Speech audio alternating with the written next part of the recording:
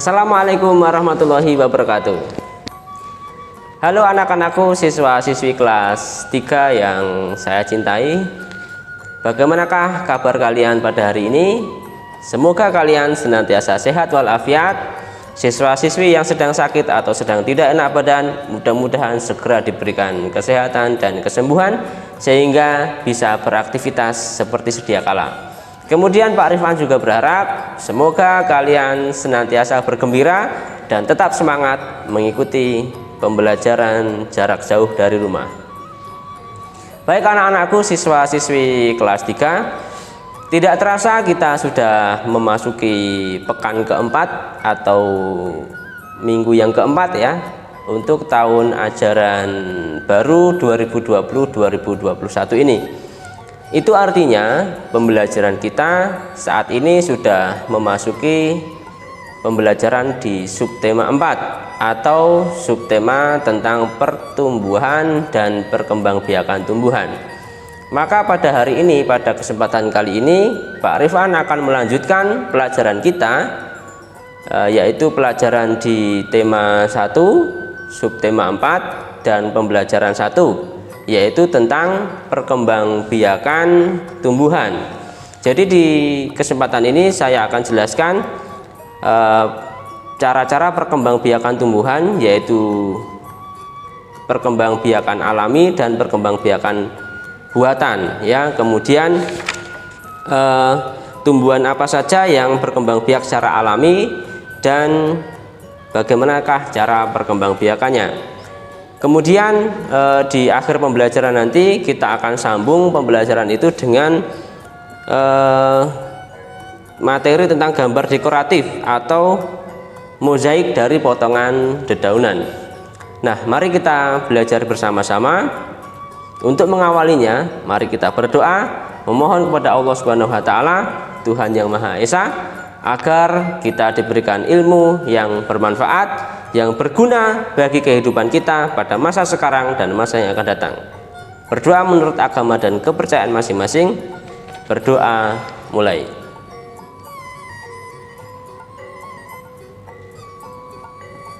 Alhamdulillahirabbil alamin. Berdoa selesai. Baiklah anak-anakku, tumbuhan atau tanaman juga mengalami pertumbuhan dan perkembangan sebagaimana kita manusia. Jika kalian masih ingat, apa perbedaan dari pertumbuhan dan perkembangan? Pertumbuhan ditandai dengan bertambahnya ukuran atau bertambahnya berat, kemudian bertambah tinggi atau bertambah panjang. Sedangkan perkembangan ditandai dengan bertambahnya kemampuan kita. Nah, pada tumbuhan, pertumbuhan ditandai dengan bertambahnya tinggi atau bertambah besar pada batang-batang tanaman. Sedangkan perkembangan tanaman ditandai dengan kemampuan tumbuhan itu untuk beradaptasi dan berkembang biak. Kemampuan tumbuhan untuk beradaptasi misalnya adalah pohon jati yang menggugurkan daunnya pada musim kemarau. Tujuannya adalah untuk mengurangi penguapan ya. Pada saat musim kemarau telah berlalu, daun-daun pada pohon jati akan kembali rimbun. Nah, itulah salah satu contoh perkembangan tumbuhan. Sedangkan contoh lain dari perkembangan tumbuhan adalah kemampuannya untuk berkembang biak.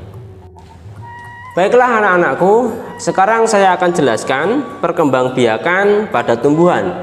Jadi perkembangbiakan pada tumbuhan ada dua cara. Yang pertama adalah perkembangbiakan secara alami, dan yang kedua adalah perkembangbiakan secara buatan.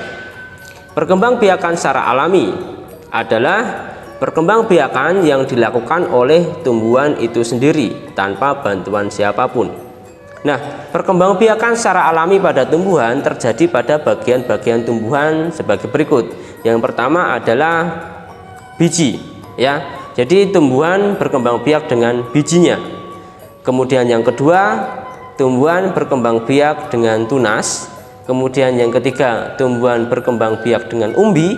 Dan yang keempat, perkembangbiakan tumbuhan secara alami dengan spora. Contoh perkembangbiakan tumbuhan dengan biji misalnya terjadi pada jeruk, tumbuhan jeruk, kemudian mangga dan sebagainya.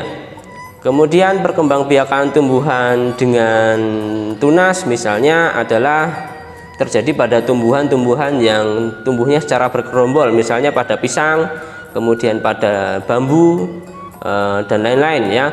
Kemudian untuk contoh tumbuhan yang berkembang biak dengan spora adalah misalnya adalah tanaman suplir ya, dan tumbuhan yang berkembang biak dengan umbi misalnya adalah bawang dan ketela.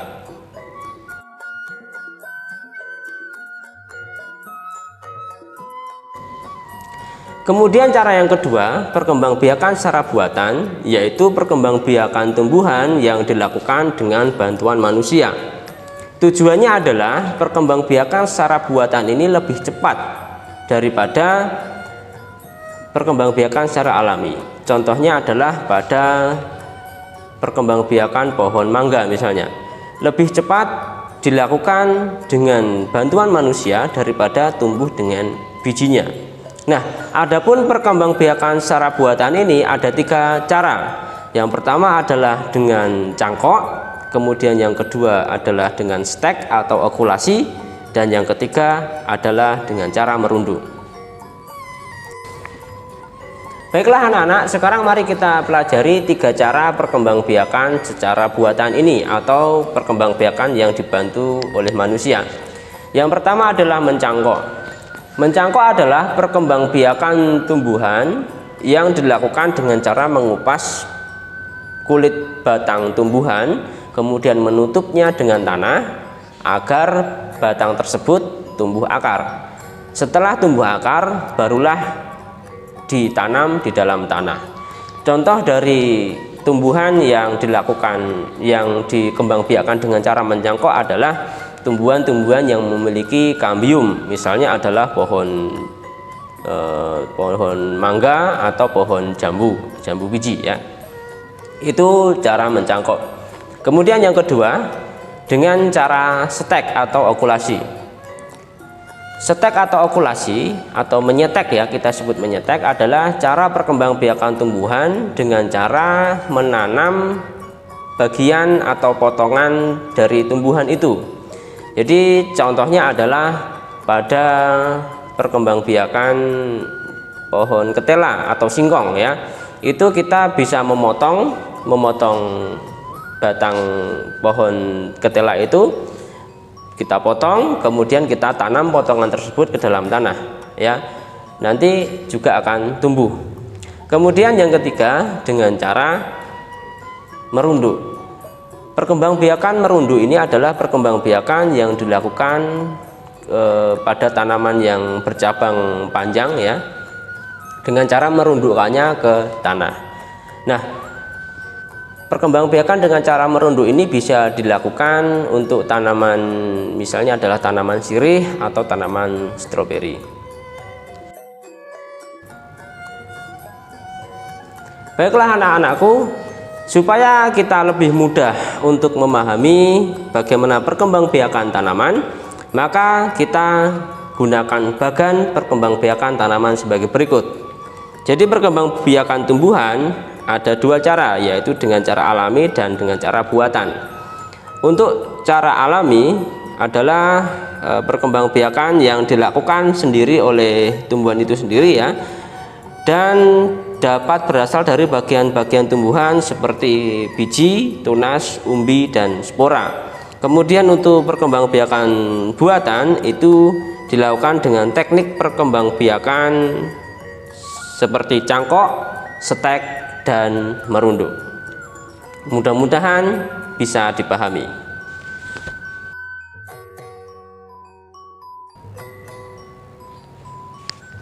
Baiklah anak-anak, kita sudah selesai mempelajari tentang perkembangbiakan tumbuhan baik secara alami maupun secara buatan. Nah anak-anak, ternyata tumbuhan itu, setiap tumbuhan itu kan memiliki daun. Nah daun adalah bagian tumbuhan yang penting. Pada daun tumbuhan dapat membuat makanan ya, bila kalian masih ingat ya. daun dapat membuat makanan karena memiliki zat hijau daun atau klorofil. Nah, ternyata anak-anak, daun dapat dijadikan bahan untuk membuat karya seni mozaik. Apa itu karya seni mozaik? Mozaik adalah pembuatan karya seni rupa 2 atau 3 dimensi yang menggunakan bahan dari kepingan-kepingan benda tertentu yang sengaja dipotong-potong, kemudian disusun dengan ditempelkan pada bidang datar dengan cara dilem. Nah, anak-anak, silahkan kalian mencoba membuat karya seni mozaik berbentuk ikan dengan cara yang sudah disebutkan pada halaman 129. Baiklah anak-anak, sebagai contoh bagaimana berkreasi membuat mozaik dengan daun berbentuk ikan, bisa kalian tonton di video kreasi membuat mozaik dari daun berbentuk ikan di deskripsi video ini. Kalian silahkan tonton apa saja bahan-bahannya yang perlu disiapkan, apa saja alat-alatnya, dan bagaimana cara membuatnya. Silahkan kalian tonton videonya di deskripsi video ini. Mudah-mudahan bermanfaat. Silahkan belajar. Selamat mencoba, mudah-mudahan berhasil, dan kita akhiri pembelajaran kita pada kesempatan ini dengan berdoa bersama-sama menurut agama dan kepercayaan masing-masing. Berdoa, mulai. Alhamdulillahirrahmanirrahim. Berdoa selesai. Anak-anak, sampai jumpa di pembelajaran kita selanjutnya. Assalamualaikum warahmatullahi wabarakatuh.